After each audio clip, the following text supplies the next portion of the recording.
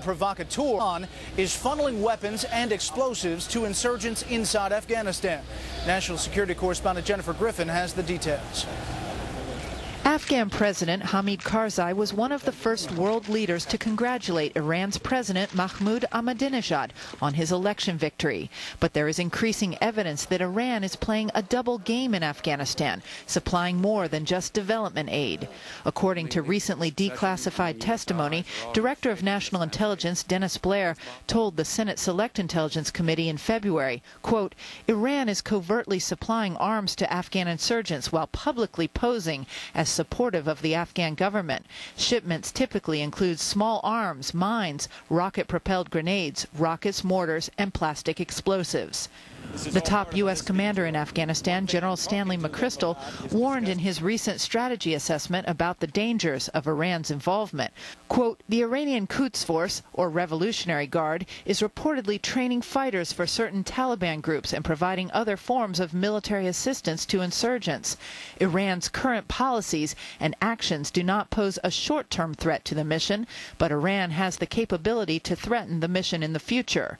Senator John McCain, ranking Republican on the Senate Armed Services Committee, echoed these concerns. There's a lot of variables. There's information today that the Iranians are becoming more involved in Afghanistan with supplying some arms and equipment. Also found in Afghanistan recently, some of the same explosively formed penetrators, or EFPs, a deadly machine-made roadside bomb that killed so many U.S. forces in Iraq.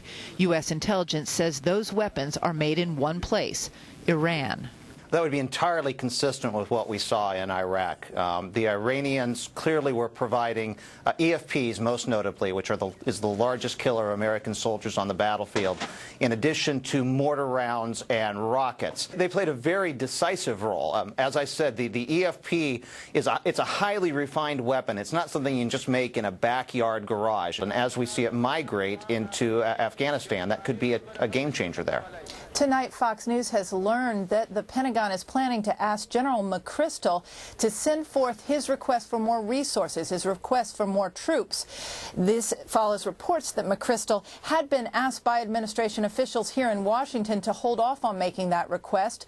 A DoD official tells us that that perception had become a distraction. Brett? We'll follow both angles. Jennifer Griffin live at the Pentagon. Thank you. Well, back here at home, counterterrorism officials have issued security bulletins to police all over the country. They are warning of possible terror plots targeting stadiums, entertainment complexes, and hotels.